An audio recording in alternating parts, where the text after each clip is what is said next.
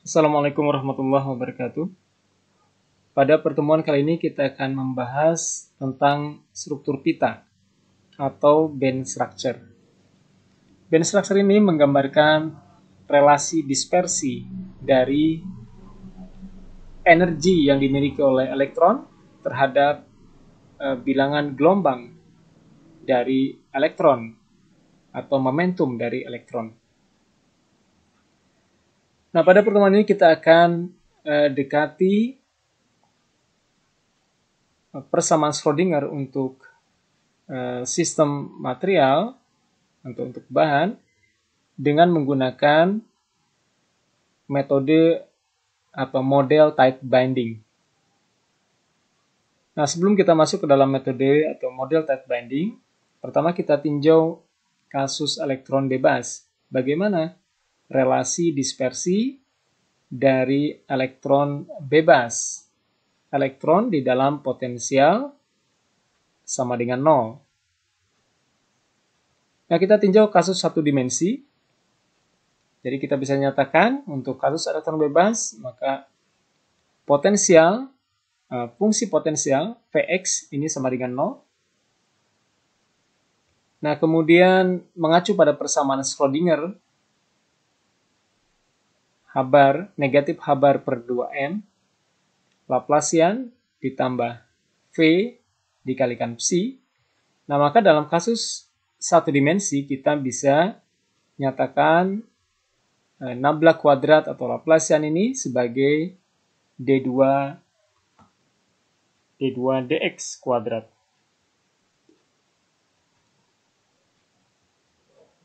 Nah, seperti itu. Nah, sehingga persamaan Schrödinger untuk satu dimensi kita bisa nyatakan sebagai negatif Habar kuadrat per 2n D2 dx kuadrat ditambah Vx dioperasikan pada psi x sama dengan E psi x. Jadi di sini psi x adalah fungsi eigen dan E adalah nilai eigen. Jadi kalau kita review lagi persamaan Schrödinger ini, jadi dua hal yang tidak diketahui dari persamaan Schrödinger itu adalah fungsi eigen dan nilai eigen. Nah, kita telah mengetahui solusi umum dari elektron bebas, solusi umum dari fungsi gelombang elektron bebas dari materi kuantum. Kita bisa dapatkan bahwa psi x sama dengan A E pangkat IKX. Nah, kalau kita substitusikan ke dalam persamaan Schrödinger satu dimensi tadi, maka kita akan peroleh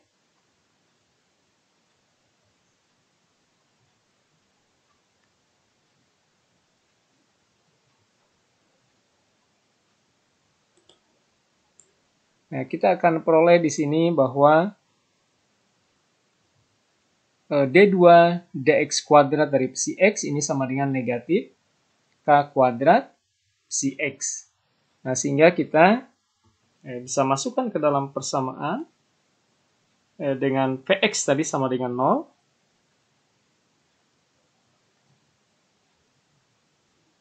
Nah, kita peroleh di sini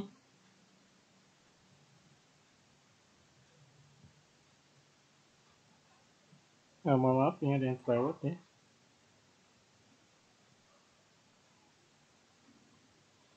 Kita peroleh di sini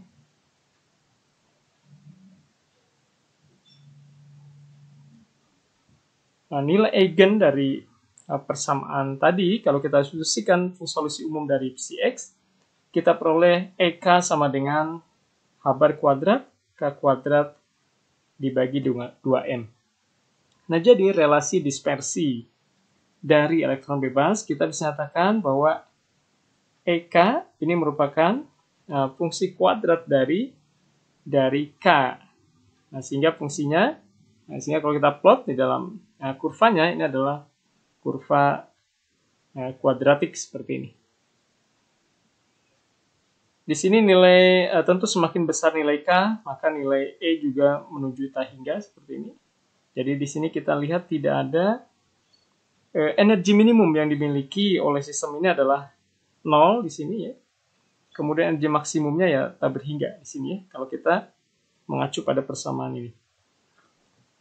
Nah, ini adalah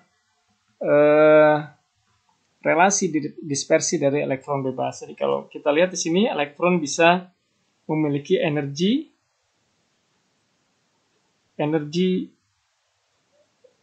sesuai dengan kurva ini, sesuai dengan kurva EK.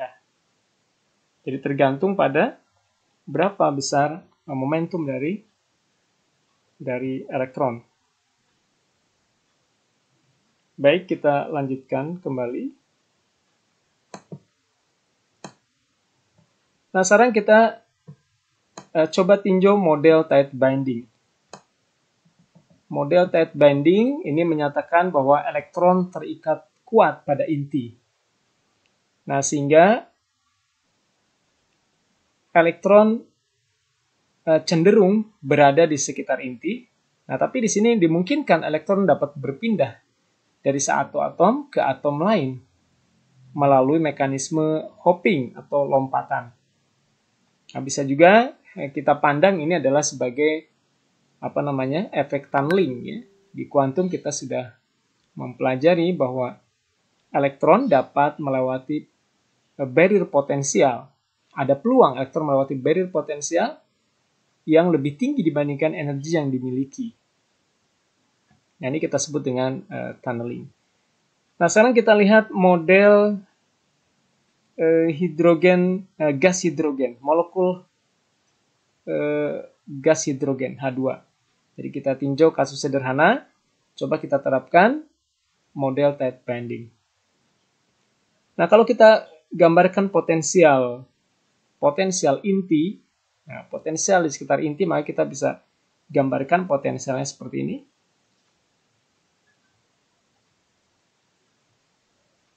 Di tengah di sini adalah inti atom H. Kemudian kita bisa melihat ini adalah level-level energi. Saya gambarkan level energi di dalam potensial inti dari hidrogen.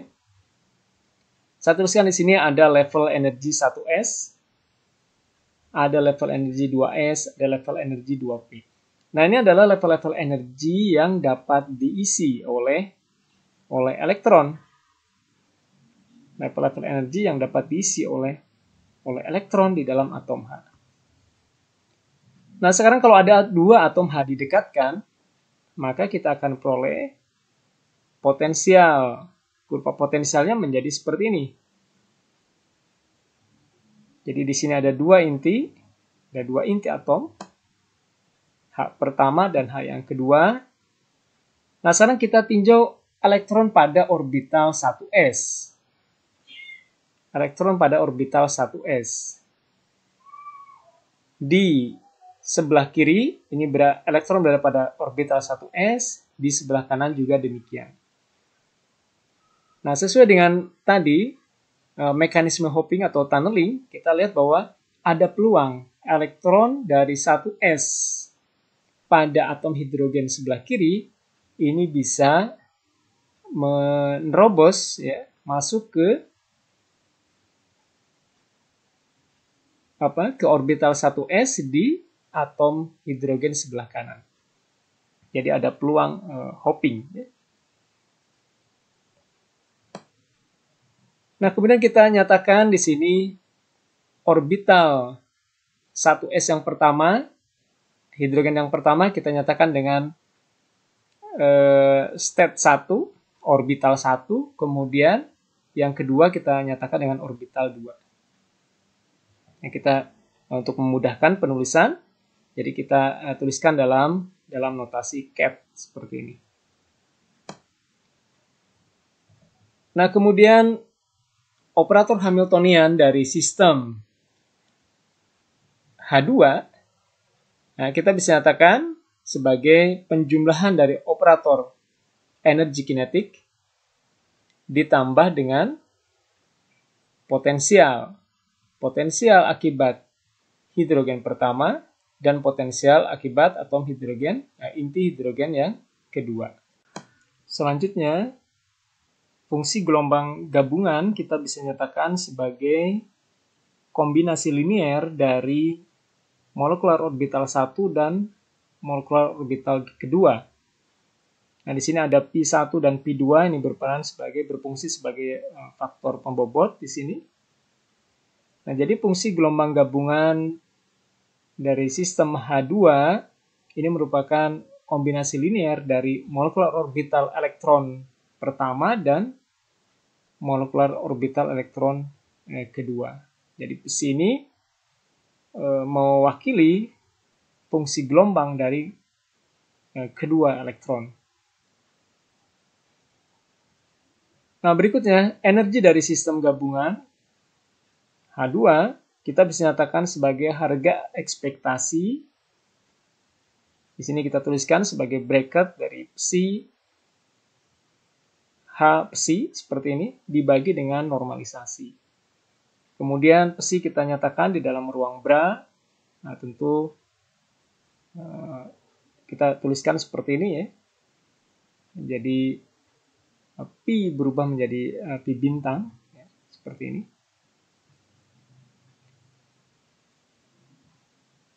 Nah, kalau kita hitung ini, kita bisa nyatakan pi ini bisa keluar, pi1 bisa keluar, kemudian pi2 pun demikian. Nah, kemudian di sini state 1H1 kita tuliskan sebagai H11, 1H2 kita tuliskan H12 dan seterusnya. Nah, sehingga kita akan peroleh kombinasi dari perkalian ini kita peroleh seperti ini. Nah, tadi di mana HIJ ini sama dengan harga ekspektasi H dari I dan J seperti ini. Dibagi dengan normalisasi ya. Normalisasi ini tentu akan bernilai pi1 kuadrat dan pi2 kuadrat. Nah, sehingga kita bisa nyatakan energi ini, kalau kita notasikan dalam sumasi sigma, maka E sama dengan sigma IJ PI bintang HIJ PJ dibagi dengan sigma I PI kuadrat. Nah, sekarang problemnya adalah bagaimana kita mendapatkan batasan energi ya. Tadi energi kita bisa lihat energinya bisa beberapa level tadi ya. 1S, 2S dan seterusnya. Nah, bagaimana kita mendapatkan energi terendah? Nah, energi terendah dari sistem kita peroleh dengan cara meminimalkan fungsi E ini. Jadi kita minimalkan fungsi E dengan konsep yang sama seperti kita meminimumkan nilai fungsi ya. Jadi dengan menurunkan sekali ya. Jadi turunan pertama sama dengan 0. Ini adalah syarat kita untuk menemukan titik ekstrim ya, seperti itu. Jadi kita turunkan E terhadap pi bintang. Disamadengankan dengan 0 ya. Nah, sehingga kita turunkan persamaan ini terhadap pi bintang ya. Maka ya pembilangnya, penyebutnya kita bisa nyatakan dia sebagai sigma HIJ IJ ya. Jadi pi bintangnya hilang di sini ya. Nah, jadi kita tinjau ini menjadi dua fungsi ya, ada fungsi U dan fungsi V ya. Nah, kita tahu turunan dari fungsi U dan V ini sama dengan U aksen V dikurangi V aksen U dibagi dengan V kuadrat ya. Nah, dengan cara seperti itu maka kita akan peroleh persamaan ini ya. Kita akan peroleh persamaan ini. Ini yang bawah ini adalah pi kuadrat, ini juga sama ya, pi kuadrat. Nah, sehingga dari sini kita peroleh persamaan bahwa sigma HIJ PJ dikurangi EPI ini sama dengan 0. Nah, tadi kita sudah, nah ini persamaan yang apa namanya? Yang kita akan pecahkan. Nah, persamaan ini sudah memenuhi tadi apa namanya? Prinsip variasi tadi ya. Nah, kita minimumkan nilai energi. Jadi kalau memenuhi persamaan ini berarti yang kita peroleh adalah energi dalam keadaan ground state ya. Energi terendah. HIJ kita bisa katakan H11 misalkan. Berarti bracket dari 1H1 seperti ini. Kita masukkan. Di sini ini Hamiltoniannya. K ditambah V1 ditambah V2. Nah, kita bisa nyatakan seperti ini. Harga ekspektasi dari Kp1 pada molekular orbital 1 ini artinya kita menghitung energi elektron pada atom hidrogen pertama. Nah, sehingga nilainya adalah E0. Berikutnya, di sini molekular orbital 1, harga ekspektasi dari P2 di dalam fungsi gelombang pertama. Ini artinya energi yang dimiliki oleh elektron pada hidrogen pertama dalam pengaruh potensial kedua. Nah, sehingga kita sebut dengan di sini V cross. Jadi N0 ditambah V cross. Ini adalah harga ekspektasi H11. Nah, kemudian H22. H2 pun demikian sama. Jadi kita menghitung energi elektron pada hidrogen kedua. Kemudian ditambah energi akibat dari elektron pada hidrogen kedua dengan akibat kehadiran dari potensial inti dari hidrogen yang pertama. Sehingga ini kita peroleh V cross ya. Karena simetri, jadi nilainya sama ya. Nah, kita bisa samakan N0 ditambah dengan V cross ini sama dengan epsilon 0 ditambah V cross sama dengan E0 seperti ini. Ya. Jadi untuk memudahkan seperti ini. Nah, kemudian bagaimana dengan H12? H12 kita tulis tentu seperti ini ya. Bracket 1 2 dari H. Maka kita akan peroleh di sini yang pertama di sini kita menghitung energi sistem, tapi sistemnya di sini 1 2 ya. 1 2. Nah, karena 1 dan 2 ini adalah saling ortogonal ya. Karena ini adalah basis set tadi ya. Nah, basis set ini kan harus ortogonal ya. Harus saling ortogonal. Nah, sehingga bracket dari 1 2 ini akan sama dengan 0 ya. Ini bracket 1 2 sama dengan 0. Oke, jadi kita bisa telusuri seperti ini. Yang pertama K ditambah V2 kita terapkan pada orbital molekular 2. Nah, tentu harga ekspektasinya nilai eigennya adalah E0. Nah, sehingga E0-nya keluar. Nah, sehingga kita peroleh di sini 1 bracket 1 2 seperti ini ya. Inner product perkalian hasil kali dalam dari state 1 dan state 2. Nah, tentu ini hasilnya 0 ya. Kenapa 0? Karena tadi ortogonal ya.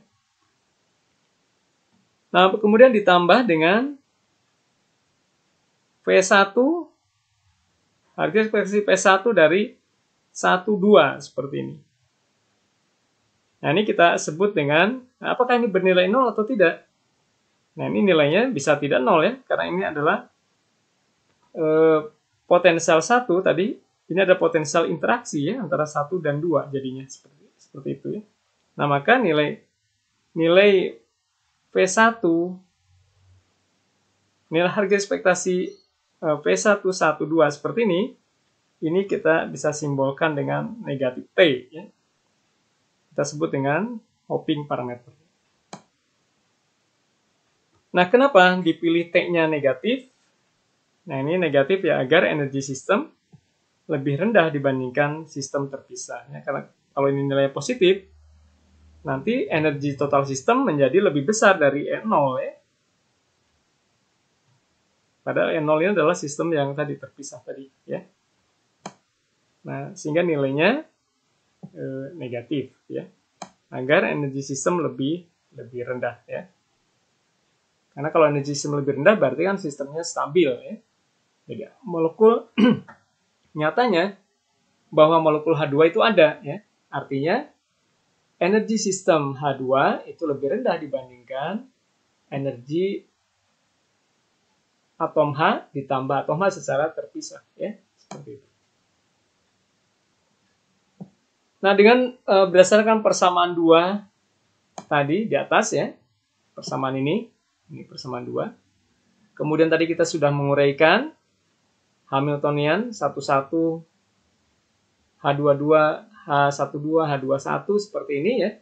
Maka kita bisa nyatakan persamaan 2 tadi dalam bentuk perkalian matriks seperti ini. H11 H12 H21 H22 dikalikan P1 P2 sama dengan E P1 P2. Nah, jadi kalau kita lihat ini adalah persoalan nilai eigen ya. Persoalan nilai eigen di mana matriks Hamiltonian kita bisa nyatakan sebagai matriks A, kemudian P1 P2 ini kita sebut dengan fungsi eigen atau vektor eigen, kemudian E adalah nilai eigen ya. Nah, sehingga kita bisa pecahkan persoalan ini dengan menggunakan metode standar ya. Pertama kita cari atau susun persamaan sekuler ya. Nah, jadi persamaan nilai eigen ini ada solusi hanya jika determinan dari ini persamaan ini ya, ini sama dengan 0 ya. Maka kita peroleh di sini persamaan sekuler. Ya. Oke ya. Jadi solusinya hanya ada jika determinan dari persamaan dari matriks A dikurangi lambda I ya. A dikurangi lambda I itu sama dengan 0 ya. Nah, dari sini kita dapat solusi nilai eigennya adalah N0 plus minus T ya. N0 minus plus T. Seperti itu. Nah, dari sini, dari nilai eigen ini kita bisa mencari vektor eigen. Ya. Kita substitusikan nilai eigen tadi pada persamaan apa? A minus lambda ya. Persamaan A minus lambda. Nah, kita kan punya persamaan A dikurangi lambda I, persamaan nilai eigen ya. Ini sama dengan 0 ya. Jadi kita masukkan ke dalam persamaan tersebut ya.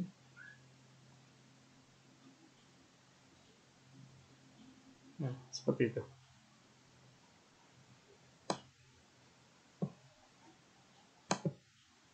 Nah, sehingga di sini kita peroleh dengan lambda 1 N0 dikurangi T, maka kita akan peroleh vektor eigen 1, 1. Ya. Kita substitusikan seperti ini ya, maka kita akan peroleh persamaan seperti ini. Ini mensyaratkan bahwa P1 sama dengan P2 atau vektor eigennya adalah 1, 1. Sementara nilai eigen yang kedua N0 plus T, kita di sini akan peroleh persamaan yang mensyaratkan bahwa P1 sama dengan negatif P2. Berarti di sini vektor eigennya adalah negatif 1, 1. Nah, berdasarkan nilai eigen dan fungsi eigen tersebut, maka kita dapat menyimpulkan ya. Nah, tadi dari nilai eigen. Jadi kalau kita nyatakan bahwa tadi V cross-nya tadi sangat kecil ya. Nah, maka kita bisa asumsikan bahwa E0 ini sama dengan E1S ya. Jadi kalau V cross-nya sangat kecil, maka E0 ini sama dengan energi pada orbital S. Ya. Jadi kalau kita gambarkan posisi level energinya, kalau atom H terisolasi, maka energinya adalah E1S. Nah, sementara dalam sistem H2, maka kita tadi peroleh energi ada dua. Yang pertama adalah E dikurangi E0 dikurangi T dan E0 ditambah T. Nah, jadi dalam sistem H2, energi sistem akan terpecah menjadi dua. Ya. Yang satu lebih rendah dibandingkan H terisolasi, ya. Yang satu lagi lebih tinggi. Ya. Nah, jadi H2 ini menjadi lebih stabil. Nah, kenapa? Karena energinya lebih rendah dibandingkan H terpisah seperti ini. Oke. Nah, jadi H2 akan berada pada energi ground state E1S minus T. Berikutnya, dari fungsi eigen, maka kita peroleh kombinasi dari psi. Ya. Jadi kita diperoleh dua psi. Yang pertama adalah 1/2 dari molekular orbital 1 dikurangi molekular orbital 2. Ini bersesuaian dengan energi E1S ditambah T. Bersesuaian dengan nilai eigen ini. Nah, sementara 1/2 molekular orbital 1 ditambah orbital 2. Di sini tandanya plus. Ini bersesuaian dengan nilai eigen E1S dikurangi T. Nah, sistem tadi psi yang di sini tandanya negatif, nah kita sebut dengan sistem yang sifatnya antisimetrik, sementara yang positif simetrik. Nah, karena di sini tanda dari fungsi gelombangnya berarti yang simetrik ini sama ya, sama-sama positif, sementara yang satu yang antisimetrik, yang satu positif, yang satu negatif ya. Nah, sehingga kalau kita gambarkan fungsi gelombang, maka untuk energi E1S ditambah T, fungsi gelombangnya seperti ini. Yang satu positif, yang satu negatif. Ini adalah fungsi gelombang akibat fungsi gelombang dari molekular orbital 1, hidrogen pertama. Ini adalah elektron pada hidrogen kedua. Kalau kita superposisikan, kita jumlahkan, maka kita akan peroleh peluang di sini ya. Nah, karena psi ini kan menyatakan, psi kuadrat menyatakan peluang ya. Peluang ditemukannya elektron di antara kedua H di tengah di sini ini menjadi 0 ya. Nah, jadi kalau fungsinya antisimetrik, maka di sini peluang adanya elektron di antara kedua hidrogen ini menjadi 0 ya.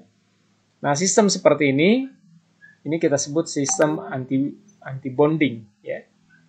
Nah, jadi kalau sistem berada pada level energi ini, maka hidrogen cenderung terpisah ya, tidak bergabung menjadi H2 ya, lepas ya.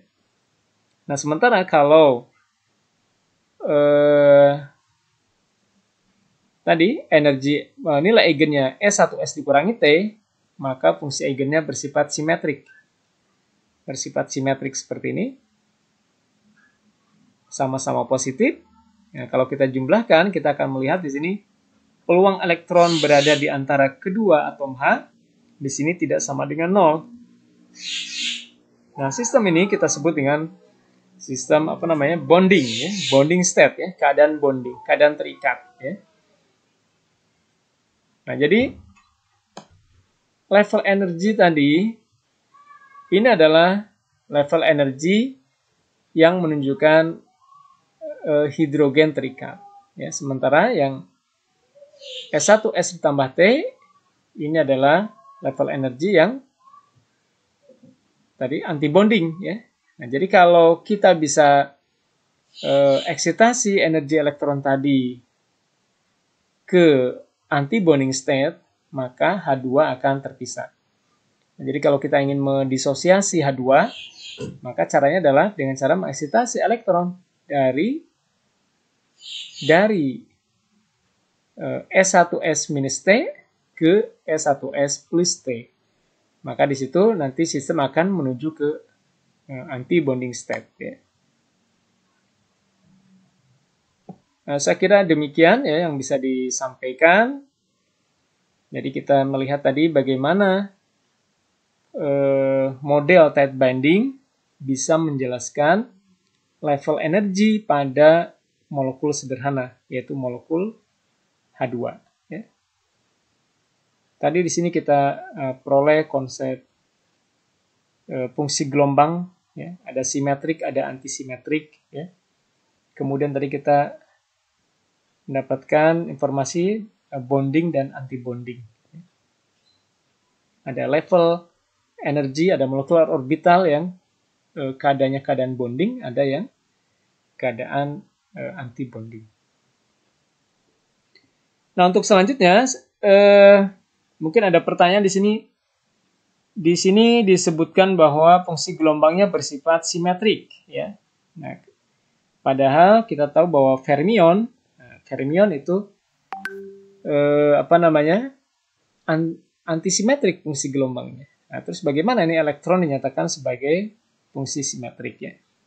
Nah, jadi yang kita bahas kali ini adalah fungsi gelombang spasial, ya. Jadi fungsi gelombang spasial dari elektron bersifat simetrik, ya.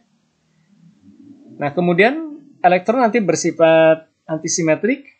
Nah, kalau kita memasukkan fungsi gelombang spin, ya. Nah, jadi kalau kita masukkan fungsi gelombang spin, maka fungsi gelombang totalnya ini adalah antisimetrik, ya. Nah, jadi psi besarnya nanti adalah psi R dikalikan psi spin, ya. Nah, misalnya seperti itu, ya. Nah, ini adalah antisimetrik, ya. Nah, sementara spasialnya ya simetrik tadi. Spasialnya simetrik. Ini ya tadi.